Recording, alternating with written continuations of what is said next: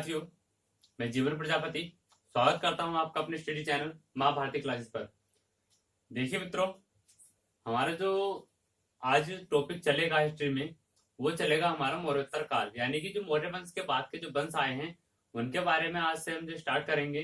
क्योंकि जो हमने पिछली क्लास की थी उसमें क्या हो गया था, हमारा मौर्य वंश का क्या हो गया था, पूरा हमने मौर्य वंश अपना कवर कर लिया था पिछली क्लास तक। ठीक है, तो आज क्या पढ़ेंगे हम, मौर्य वंश के बाद के बारे में जितने भी हमारे वंश आए थे उन वंशों के बारे में पढ़ेंगे। ठीक है, तो उस समय को जो मौर्य वंश के बाद का समय उसको क्या कहा जाता है, मौर्योत्तर काल। ठीक है, मौर्योत्तर काल के बारे में थोड़ी आपको पता जो जानकारी देना चाहूंगा कि देखिए मौर्योत्तर काल है क्या। ये जो इसका जो समय माना गया है, मौर्योत्तर काल का समय माना गया है, वो माना गया है 300 ईसा पूर्व से 200 ईस्वी तक। कितना? 300 ईसा पूर्व से 200 ईस्वी तक, यानी कि ईसा पूर्व से ईस्वी।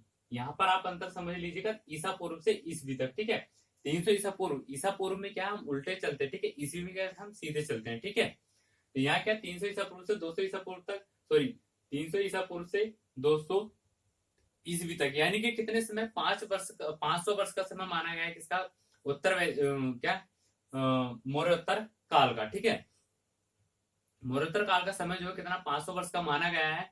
अब देखिए इसके बारे में क्या कहा गया है कि इन 500 वर्षों में क्या कुछ छोटे छोटे क्या राजवंशों ने क्या शासन किया है। क्या है, कहा जाता है कि कुछ छोटे छोटे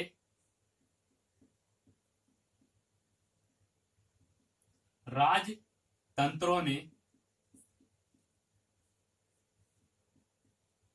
शासन किया है इस समय पर। ठीक है,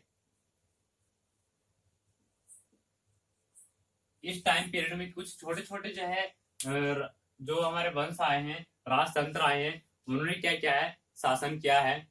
इनमें भी कुछ जो सबसे ज्यादा थे, इनमें भी जो सबसे ज्यादा थे वो थे हमारे विदेशी।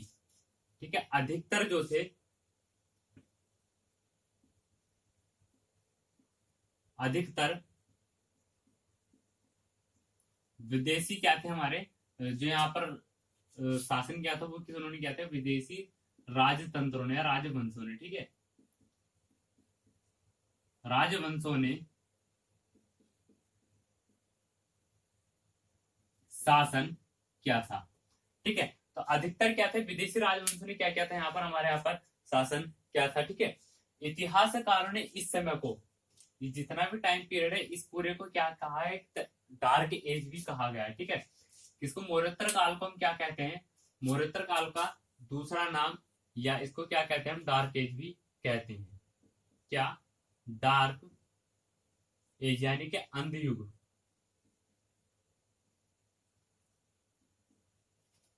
अंधयुग भी कहा जाता है इसको। ठीक है, इसका क्या कह सकते हैं हम, एक तरीके से मौर्योत्तर काल का क्या है ये उपनाम, मौर्योत्तर काल का उपनाम क्या है, डार्क एज या फिर अंध युग भी इसको कहते हैं हम लोग, इसको मौर्योत्तर काल को। ठीक है, मौर्योत्तर काल के बारे में देखिए थोड़ी सी बात और कर लेते हैं। तो यहाँ पर कहा गया है कि यहाँ पर संस्कृति और जो अर्थव्यवस्थाएं हैं, ठीक है, उनका क्या कहा गया है इसको, एक तरीके से संस्कृति जो ज्यादा से ज्यादा संस्कृति और अर्थव्यवस्था को क्या कहा गया है, इसको संगम कहा गया है। ठीक है, मिलन या संगम इसको कहा गया है। क्या है, अर्थव्यवस्था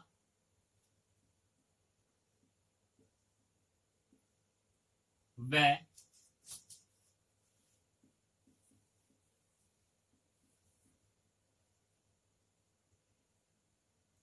संस्कृतियों के मिलन का समय।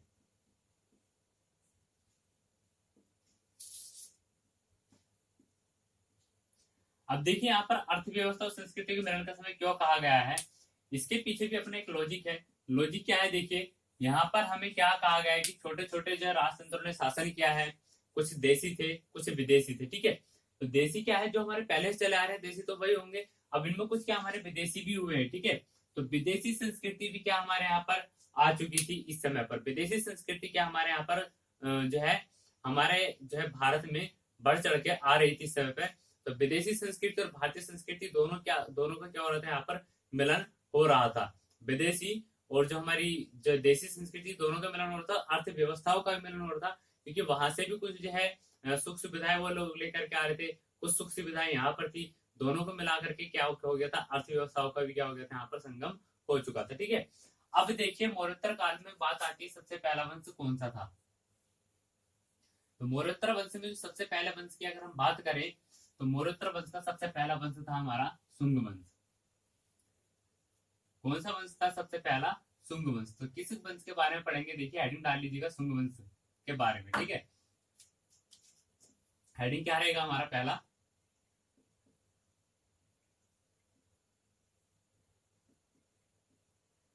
शुंग वंश। पहला हेडिंग हमारे पास शुंग वंश। इसका जो समय जो है रहा है, शुंग वंश का टाइम पीरियड रहा है, वो रहा है हमारा 185 ईसा पूर्व से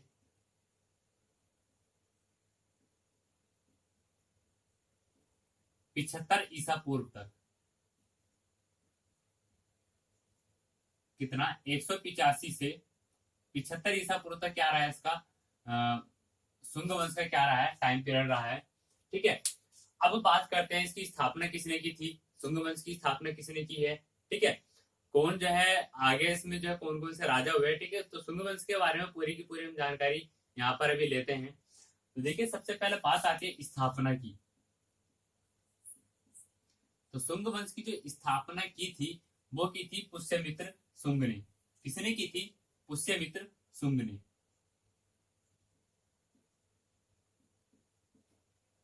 पुष्यमित्र शुंग ने की थी किसकी, शुंग वंश की स्थापना। ठीक और जो स्थापना की थी इसने, अंतिम मौर्य वंश का जो अंतिम शासक था बृहद्रथ, बृहद्रथ की हत्या करके। ठीक है, तो आगे लिख लेंगे थोड़ा सा, मौर्य बृहद्रथ की हत्या करके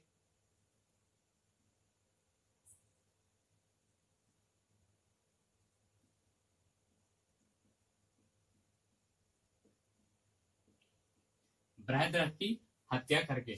ये कौन था, ये था मौर्य मौर्य वंश का अंतिम शासक, मौर्य वंश का अंतिम शासक। कौन था मौर्य वंश का अंतिम शासक, बृहद्रथ था मौर्य वंश का अंतिम शासक, जिसकी मृत्यु कौन करता है, इसकी मृत्यु करता है पुष्यमित्र शुंग, इसको जो मारता है बृहद्रथ को। ठीक है, और उसके बाद क्या करता है, पुष्यमित्र शुंग एक नए वंश की स्थापना करता है, जिसका नाम आता है हमारे पास शुंग वंश। और देखिए यहाँ से फिर क्या चलते हैं, छोटे छोटे राज्य और जो है बाकी आगे बढ़ के चलेंगे, कुछ हमारे विदेशी राज्य यहाँ पर जो थोड़े ज्यादा आ जाते हैं। ठीक है, विदेशी राज्यों के बारे में भी यहाँ पर जानकारी मिलती है, विदेशी आक्रमण भी यहाँ पर हमारे यहाँ पर शुरू हो जाते हैं। विदेशी आक्रमण होंगे तो विदेशी राज्य भी हमारे यहाँ पर क्या होंगे, आने शुरू हो जाएंगे। यहीं से जो है अभी देखिए थोड़ा और जो है प्रकृति, जो हमारे भारतीय जो एक तरीके से क्या कह सकते हैं, भारतीय जो हमारा इतिहास है उसमें थोड़ी विविधता देखने के लिए मिलेगी। अभी तक क्या था, इसमें क्या था, हमारे भारतीय इतिहास में सब कुछ जो भारतीयता का ही जो है झलक थी। अब कुछ जो है विदेशी झलक भी यहाँ पर देखने के लिए मिलेगी। यहाँ से क्या हो जाता, जो हमारी बाहरी झलक है वो देखने के लिए यहाँ पर या फिर मिलने के लिए हमें शुरुआत हो जाएगी। ठीक है, तो देखिए स्थापना कौन करता है, पुष्यमित्र शुंग करता है, बृहद्रथ की हत्या करके करता है। मौर्य वंश का अंतिम शासक भी जो है बृहद्रथ कौन था, ये था मौर्य वंश का अंतिम शासक। ठीक है, बृहद्रथ मौर्य वंश का अंतिम शासक था। अब बात करते हैं यहाँ की कैपिटल की। तो शुंग वंश की जो कैपिटल थी या राजधानी थी, तो शुंग वंश की राजधानी थी पाटलिपुत्र। क्या थी, पाटलिपुत्र, या फिर क्या कह सकते हैं इसको हम, विदिशा भी कह सकते हैं। ठीक है, पाटलिपुत्र या विदिशा दोनों नाम ही हैं इसी के। ठीक है, तो देखिए क्या है, यहाँ की जो राजधानी थी वो पाटलिपुत्र या विदिशा थी। ठीक है, और जो स्थापना की थी, जो राजा थे वो थे पुष्यमित्र शुंग थे। देखिए पुष्यमित्र शुंग के बारे में कहा गया है कि इन्होंने जो 2 अश्वमेध यज्ञों का भी क्या करवाया, आयोजन करवाया। ठीक है, स्थापना का जो समय है वो है 185 ईसा पूर्व में। ठीक है, क्योंकि देखिए शुंग वंश का जो समय है वो 185 से 75 ईसा पूर्व तक, तो स्थापना का हुई थी इसकी 185 में ही हो गई थी। अब यहाँ पर देखिए क्या कहा गया है कि पुष्यमित्र ने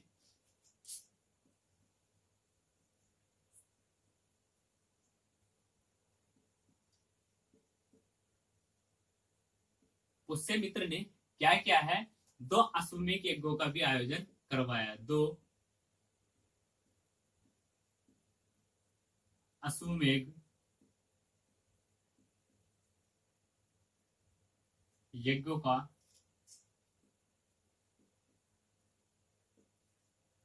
आयोजन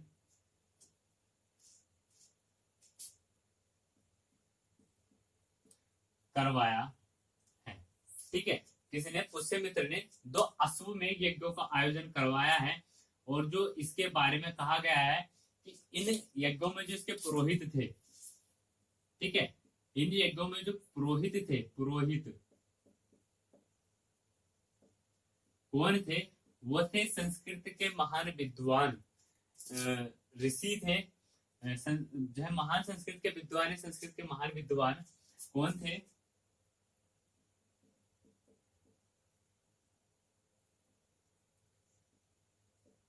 संस्कृत के महान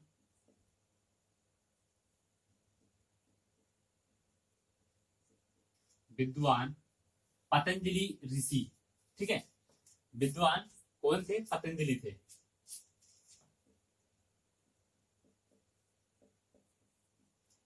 पतंजलि जो थे वो इसके क्या रहे हैं, पुरोहित रहे हैं पुष्यमित्र शुंग के। जो इसने 2 अश्वमेध यज्ञ करवाए थे, जो अश्वमेध यज्ञ हुए थे, इसने पुष्यमित्र ने करवाए थे, तो उसके पुरोहित कौन थे, पतंजलि रहे हैं उसके यज्ञों में पुरोहित। ठीक है, अब देखिए यहाँ पर कहा जाता है कि ब्राह्मण क्रांति के बारे में यहाँ पर हमें सुनने के लिए मिलता है, सुनने में आता है कि भाई यहाँ पर क्या है, ब्राह्मण क्रांति का फिर से क्या होता है, उदय होता है। ब्राह्मण क्रांति देखिए क्या होता है कि पहले हमने क्या देखा था कि वर्ण व्यवस्था कब चली थी हमारी, वर्ण व्यवस्था चली थी हमारी वैदिक काल में। वहां से क्या था कि ब्राह्मणों को जो है उच्च स्थान मिला था, शूद्रों को निम्न स्थान मिला था। वहां से वर्ण व्यवस्था में ये हो चुका था कि जात पात की जो है सारी बातें वहां से निकल के आने लगी थी। इसी वजह से उसके बाद क्या हुआ था, कुछ धर्म आए थे हमारे सामने, जैसे हमारा बौद्ध धर्म हो गया, जैन धर्म हो गया, शैव धर्म हो गया, वैष्णव धर्म हुआ। ये सारे धर्म क्या थे, जो नीचे वर्ग के लोग थे उनको उनके उत्थान के लिए धर्म जो है लाए गए थे। वहां से क्या हुआ था कि फिर जो हमारे जो उच्च वर्ग के लोग थे उनको जो है सम्मान, मतलब उनका एक तरीके से क्या था, उनको लोग जो सपोर्ट करना कम करते था। उसके बाद जब इन लोगों का जो उत्थान हुआ था, जो निचले लोग थे, इनके उत्थान के लिए अलग अलग जो है तरीके के धर्म चले थे। इनको क्या क्या क्या करा था, ज्यादा जो है ज्यादा से ज्यादा इनको क्या प्रोत्साहित किया गया था। ठीक है, तो वहां से क्या हो गया था कि जो हमारे ब्राह्मण जो धर्म था उसको इतना जो है ज्यादा जो है आगे प्रमोट नहीं किया गया था। अब देखिए कहा हमारा 1000 यानी 600 ईसा पूर्व के बाद अब आके 185 ईसा पूर्व में जो है क्या होता है, फिर से ब्राह्मण धर्म जो है हमारा क्या होता है, संज्ञान में आता है, या फिर उसमें क्या होती है, ब्राह्मण क्रांति जो है देखने के लिए यहाँ पर मिलती है। ठीक है, तो देखिए क्या है ब्राह्मण क्रांति।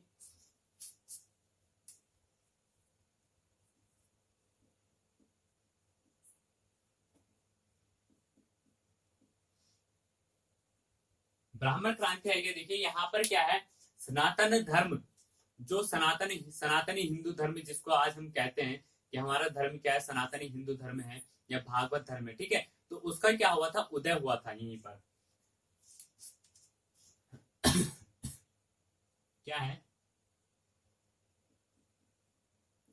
भागवत या सनातन धर्म का उदय। भागवत या सनातन धर्म का उदय कहां पर हुआ था हमारा, यहीं पर हुआ था। किस समय पर हुआ था, शुंग वंश के समय पर ही हुआ था। ब्राह्मण क्रांति भी क्या एक तरीके से जो इन लोगों को जो है उत्थान करके फिर से क्या गया था, एक तरीके से जो हिंदू धर्म था उसको फिर से दोबारा से क्या किया गया था, ऊपर जो है लाया गया था। ठीक है, वहां से क्या देखिए अलग अलग धर्म आए थे, तो अलग अलग धर्म में जो है लोग जो है विभाजित होने शुरू हो गए थे। उसके बाद जो है हिंदू धर्म पे किसी का इतना ध्यान नहीं गया। अब हुआ क्या था कि कहा वैदिक काल के बाद, वैदिक काल के बाद कब आकर के अब यहाँ पर जो है जो हमारा शुंग वंश है यहाँ पर आकर के क्या इस चीज पर ज्यादा ध्यान दिया गया था। और फिर से क्या हुआ था, हिंदू धर्म को एक तरीके से क्या सनातनी धर्म के रूप में जो है उसको प्रमोट किया गया था। ठीक है, तो ये सारी बातें थी। अब देखिए आगे देखते हैं कि जो शुंग वंश के जो राजा थे, शुंग वंश में कितने जो है राजा हुए हैं। ठीक है। तो इनके बारे में जो हमें ठोस सबूत मिलते हैं शुंग वंश के राजाओं के बारे में, वो मिलते हैं हमें पुराणों से। कहाँ से जो ठोस साक्ष्य मिलते हैं शुंग वंश के राजाओं के बारे में? पुराणों से, ठीक है। तो हेडिंग डालेंगे पुराणों के अनुसार शुंग वंश के राजाओं का क्रम। पुराणों के अनुसार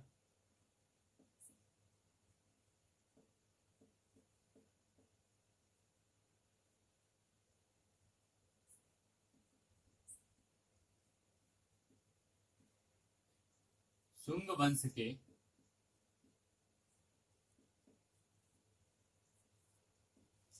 राजाओं का क्रम। देखिए कभी कभी आ जाता है कि बीच में से बोल लेता है कि हाँ भाई शुंग वंश में जो राजा हुए हैं उनका क्रम क्या है, बीच से उठा के बूझ लेगा, लास्ट के जो 4 बूझ लेगा, शुरू के 4 बूझ लेगा, या फिर बीच में एक छोड़ के एक बूझ लेगा, तो उसका क्रम में बताना हो जाता है। कभी कभी जो है हमारा यही चीज क्या है, हमें कहीं ना कहीं जो है एग्जाम में या फिर जो है हमारी नौकरी से जो किसी भी चीज में जो है हमें पीछे छोड़ सकते, तो हम जो है एक भी पॉइंट ऐसा छोड़कर अपना नहीं चलेंगे जिससे कि हमें फिर से बाद में पछतावा करना पड़े कि हाँ यार अगर इसको इसको और पढ़ लेते तो काश आज मेरा सिलेक्शन हो जाता। ठीक है, तो इसीलिए हम जो है अपनी एक बारीक से बारीक पॉइंट को हम अपने यहाँ पर लेकर के चलेंगे। तो देखिए क्या है, सब पुराणों के अनुसार जो शुंग वंश के राजाओं का क्रम है, सबसे पहले जो राजा हुए हैं जिन्होंने की क्या हुआ क्या शुंग वंश की स्थापना की है, तो वो कौन थे? पुष्य मित्र। ठीक है, पहले राजा की अगर हम बात करें तो वो थे पुष्यमित्र, और दूसरे राजा की अगर बात करें तो पुष्यमित्र के बाद आए थे अग्निमित्र। पुष्यमित्र के बाद कौन आए थे? पुष्यमित्र के बाद आए थे अग्निमित्र, और अग्निमित्र के बाद आते हैं सुज्येष्ठ। अग्निमित्र के बाद कौन आते हैं? सुज्येष्ठ, और सुज्येष्ठ के बाद आते हैं वसुमित्र। कौन आते हैं फिर?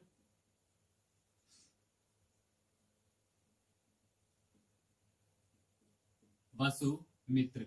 वसुमित्र के बाद की अगर हम बात करें, देखिए पहले पुष्यमित्र, फिर अग्निमित्र, अग्निमित्र के बाद सुज्येष्ठ, सुज्येष्ठ के बाद वसुमित्र, और वसुमित्र के बाद जो नाम आता है वो होता है आम्रक।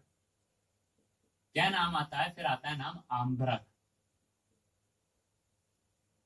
ठीक है, आम्रक के बाद जो नाम आता है हमारे पास, आम्रक के बाद नाम आता है पुलिंद। आम्रक के बाद जो राजा हुए थे वो हुए थे कौन? पुलिंद।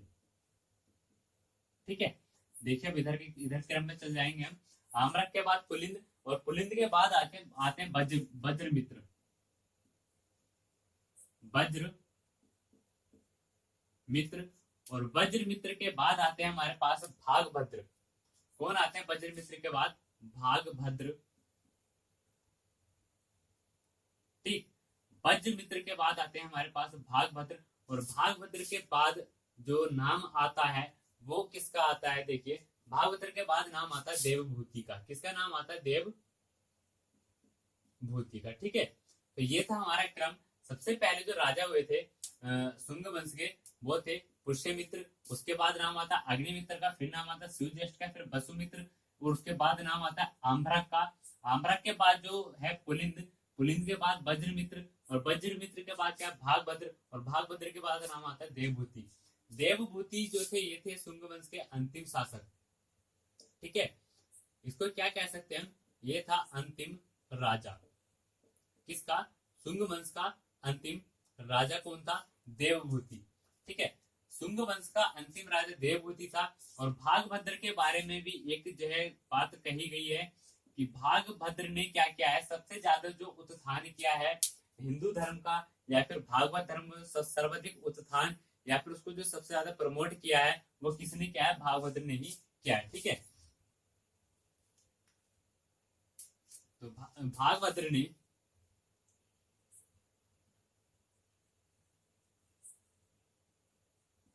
भागभद्र ने भागवत धर्म को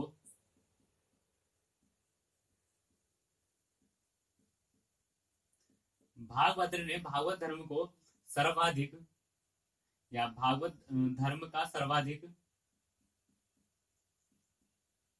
उत्थान किया था। ठीक है,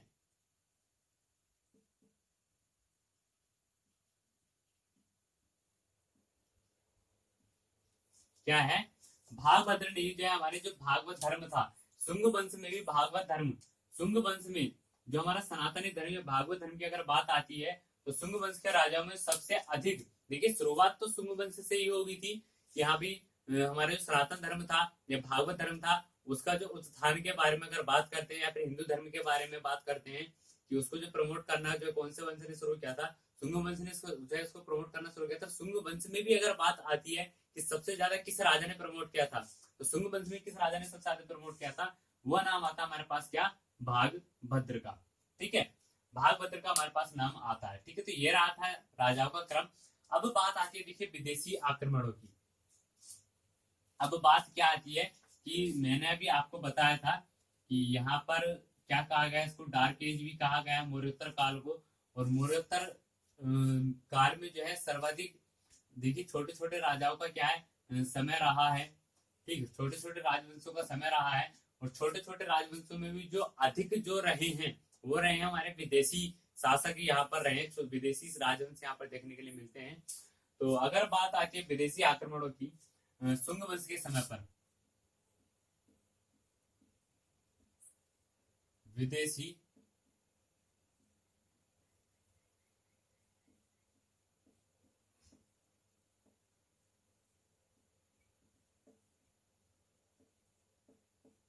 आक्रमण, विदेशी आक्रमण किसके समय पर, शुंग वंश के समय पर।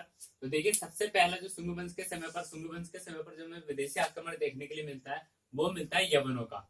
ठीक है, शुंग वंश के समय पर जो विदेशी आक्रमण किया था वो किन्होंने किया था, यवनों ने। ठीक है, तो देखिए लिखेंगे यवन आक्रमण,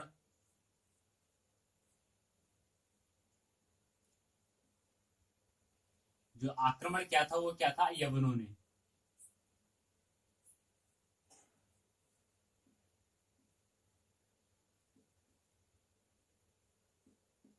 यवन आक्रमण। ठीक है, विदेशी आक्रमण में भी क्या है, यवनों ने जो विदेशी आक्रमण थे उन्होंने सबसे पहले जो आक्रमण किया था, या फिर शुंग वंश के समय पर अगर हम बात करें कि किसने जो आक्रमण किया था हमारे यहाँ पर भारत में, या फिर शुंग वंश के समय पर जो विदेशी आक्रमण होता किसका हुआ था, वो हुआ था हमारा यवनों का आक्रमण हुआ था। ठीक है, यवनों का आक्रमण हुआ था, इसकी जो जानकारी हमें मिलती है,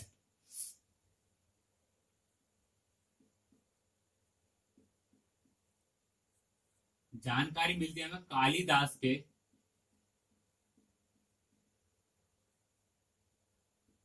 कालिदास का एक ग्रंथ है उसका नाम है मालविका अग्निमित्रम। कालिदास के ग्रंथ मालविका अग्निमित्रम,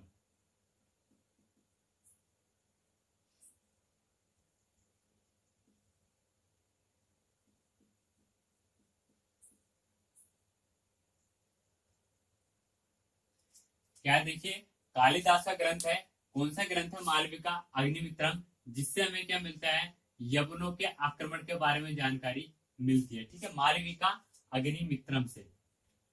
देखिए जो भी जितनी भी बीच बीच में आपको ये जो है ग्रंथ लिखवाए जाते हैं, ठीक है, तो इन पर मोस्टली फोकस कीजिएगा क्योंकि एग्जाम में पूछे जाते हैं।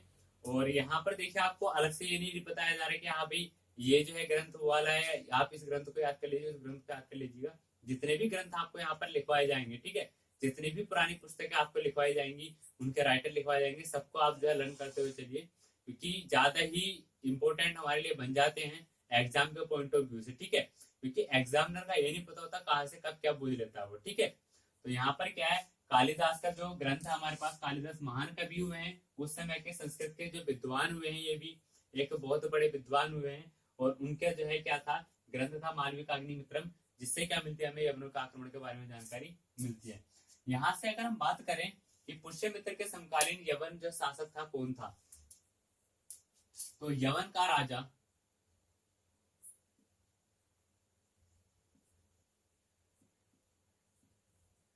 नाम है उसका डमेट्रियस।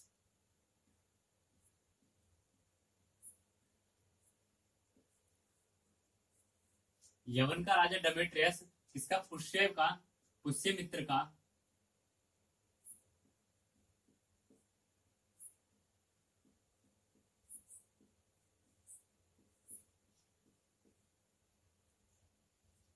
समकालीन था। कौन? यवन का राजा था कौन सा? डेमेट्रियस, जो कि किसका? पुष्यमित्र का क्या था? समकालीन राजा था। देखिए पुष्यमित्र जो है उस समय यहाँ का शुंग वंश का राजा था। तो कहा यवन में राजा कौन था? डेमेट्रियस था। ठीक है, पुष्यमित्र और डेमेट्रियस दोनों एक दूसरे के क्या थे? समकालीन थे। अब देखिए बात आती है थोड़ी सी और आगे चलते हैं। तो आगे चल के हमें एक व्यक्ति है जो कि उसने जो है कुछ यहाँ पर कार्य किया था, और वो जो व्यक्ति था वो था कहाँ का? यवन का ही व्यक्ति था। उसने हमारे यहाँ पर कुछ कार्य किया था। ठीक है, तो उसके बारे में थोड़ी जानकारी मिलती है। समय था जो राजा थे उस समय, अगर राजा की बात करें तो राजा थे हमारे भागभद्र। ठीक है, भागभद्र के समय पर एक व्यक्ति थे हेनरी ओडस। ठीक है,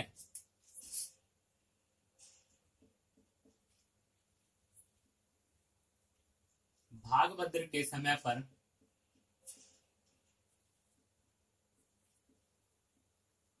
क्या? भागभद्र के समय पर हेनरी ओडरस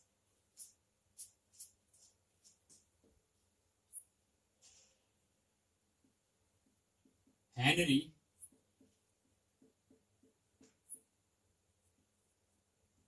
ओडोरस ने हेनरी ओडोरस ने जो विदिशा के वासुदेव थे उनके सम्मान में एक गरुड़ स्तंभ बनवाया था। ठीक है, हेनरी ओडोरस ने विदिशा के वासुदेव के सम्मान में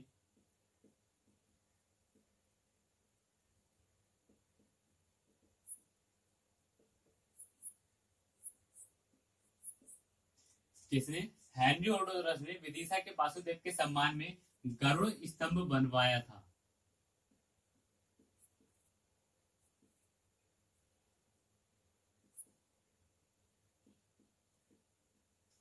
ठीक है, व्यक्ति कौन थे? हेनरी ओडोरस। किसके लिए? वासुदेव के लिए। जो है वासुदेव के सम्मान में क्या बनवाया था? गरुड़ स्तंभ बनवाया था। और ये जो बनवाया था वो कहाँ बनवाया था? तक्षशिला में ये बनवाया गया था। कहाँ? तक्षशिला में ये बनवाया गया था।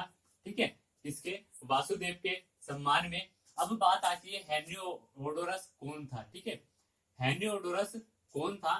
तो ये देखिए कि ये था एक राजदूत। और किसका राजदूत था? ये था जो यवन के राजा थे। यवन के राजा एंटियाल कीट्स। ठीक है, एंटियाल कीट्स का क्या था? ये राजदूत था।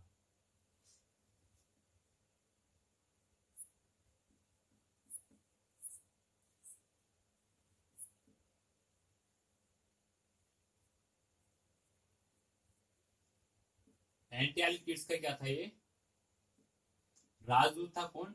हेनरी ओडोरस। और ये एंटियाल कीट जो थे ये थे यवन के राजा। यवन के ये कौन थे? यवन के शासक थे ये। ठीक है, तो यवन के राजा का राजदूत कौन था? हेनरी ओडोरस, जिसने विदिशा में क्या वासुदेव के सम्मान में क्या करवाया था? गरुड़ स्तंभ का जो निर्माण करवाया था। ठीक है, और ये भी कहाँ बना था गरुड़ स्तंभ? ये बना था तक्षशिला में। तक्षशिला कहाँ पड़ता है? अगर हम वर्तमान में बात करें तो तक्षशिला जो उस समय की अगर हम बात करें तो वो पड़ता था हमारा कहाँ? अफगानिस्तान में। ठीक है, अब देखिए ये बात रही कुछ इसके बारे में। अभी यहाँ पर देखिए कुछ हमारे पास इंपोर्टेंट जो है नोट्स आते हैं। तो 4-5 पॉइंट हैं जिनको कि मैं आपको नोट्स में करके लिखवाऊंगा। मुख्य पॉइंट है उनके बारे में भी आपको लिख लेना है। तो देखिए एक जो है छोटा सा नोट करके डाल लेंगे और उसमें लिखेंगे अब पहले जो 4-5 पॉइंट हैं। उन 4-5 पॉइंटों में पहला पॉइंट क्या है? मुख्य पॉइंट है। ये कुछ ऐसी घटनाएं हैं जो कि इस समय पर घटित हुई थी। किस समय पर? शुंग वंश के समय पर। तो देखिए पहली जो घटना है वो क्या है कि वैदिक काल का क्या हुआ था? यहाँ पर पुनर्जागरण हुआ था। पहली घटना है वैदिक काल का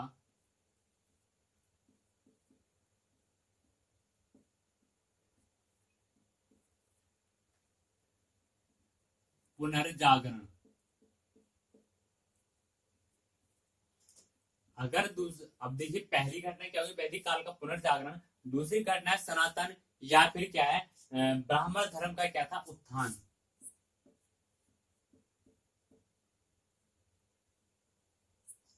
सनातन या ब्राह्मण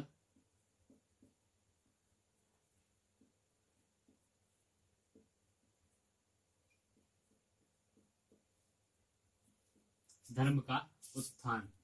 तीसरे नंबर की अगर हम बात करें तो तीसरे नंबर पर आता हमारा पाषाण या फिर पत्थर का उपयोग।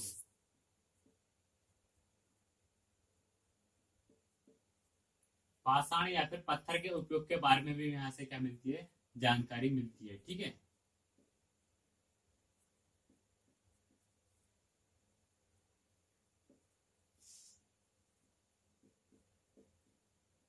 और अगर चौथे नंबर की बात करें तो चौथे नंबर पर आता हमारा मनुस्मृति। मनुस्मृति का जो वर्तमान स्वरूप था वो कहाँ जो है यहीं से लिया गया है। ठीक है, मनुस्मृति का जो वर्तमान स्वरूप है या फिर वर्तमान जो वर्तमान में जो मनुस्मृति पढ़ते हैं वो जो लिखी गई थी उसकी जो रचना की गई थी वो इसी समय पर की गई थी। ठीक है, तो क्या मनुस्मृति के वर्तमान स्वरूप की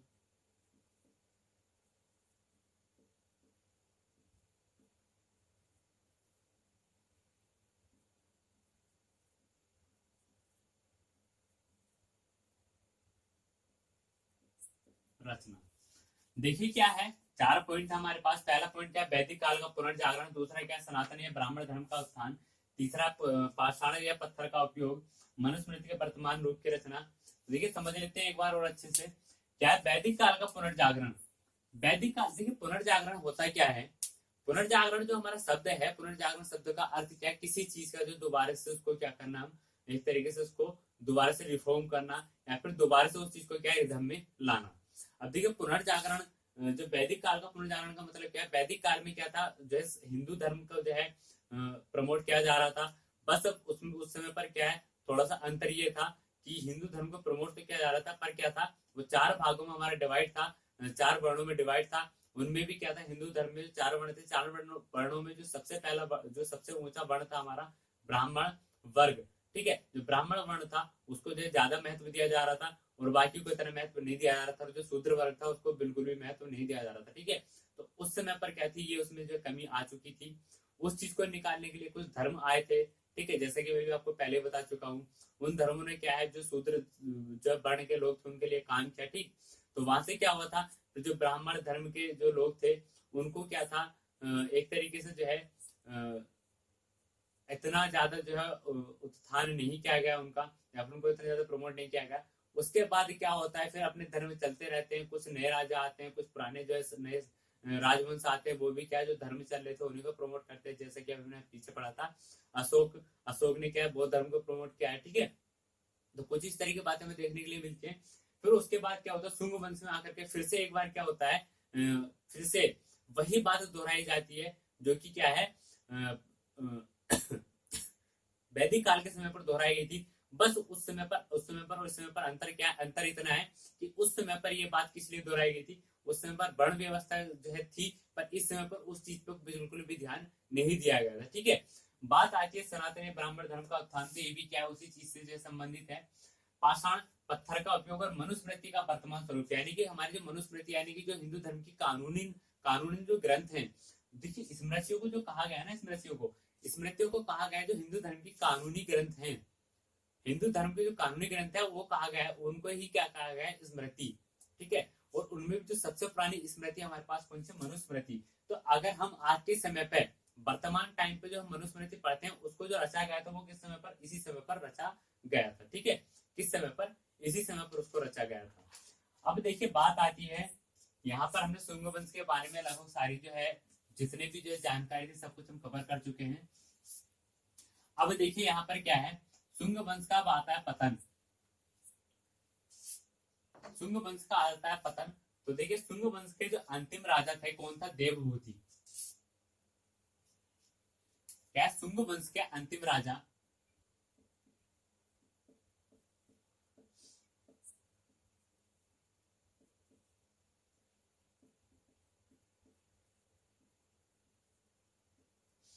शुंग वंश के अंतिम राजा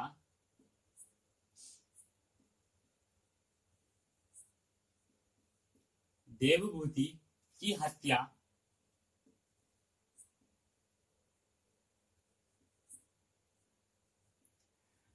कौन करता है? वासुदेव करता है। वासुदेव कौन की हत्या? वासुदेव की हत्या उनका अमात्य है, उनका अमात्य वासुदेव करता है।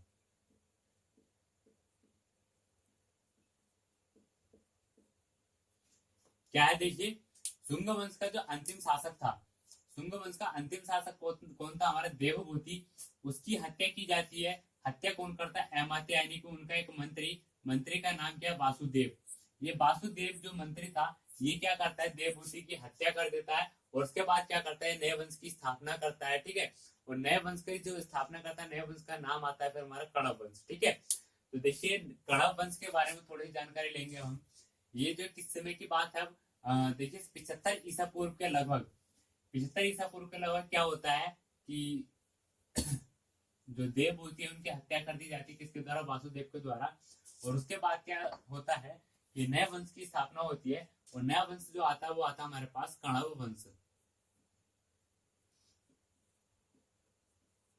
कणव वंश, इसका जो समय है, कणव वंश का टाइम पीरियड है वो 75 ईसा पूर्व से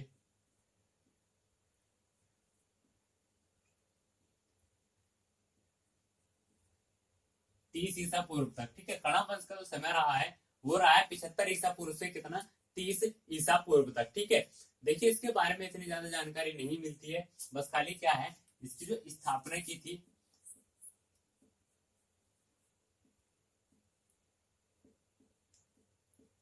स्थापना किसने की थी इसकी? वासुदेव ने की थी।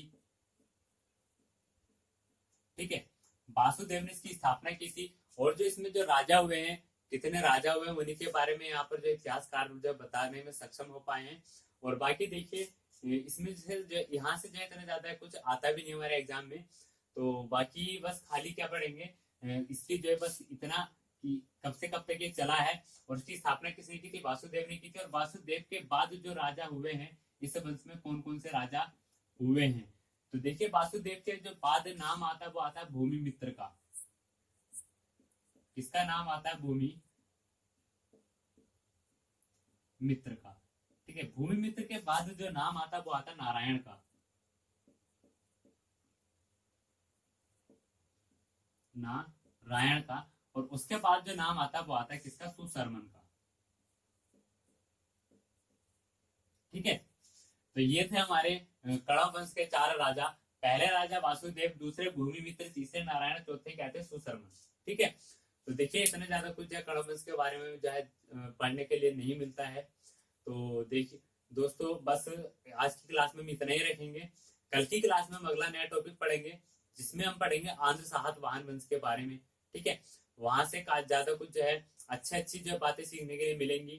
ठीक है, तो अगर आपको हमारी जो है क्लास अच्छी लगी हो तो लाइक कर दीजिएगा, शेयर कर दीजिएगा, और अगर आप पहली बार हमारे चैनल पर विजिट कर रहे हैं तो चैनल को सब्सक्राइब भी कर दीजिए और बेल आइकन का बटन भी दबा दीजिए, जिससे कि हमारी कोई भी नई अपडेट आपके पास तक सबसे पहले पहुंच जाए और आप हमारी नई वीडियो को सबसे पहले देख पाए। तो मिलते हैं अपनी अगली क्लास में, तब तक के लिए जय हिंद।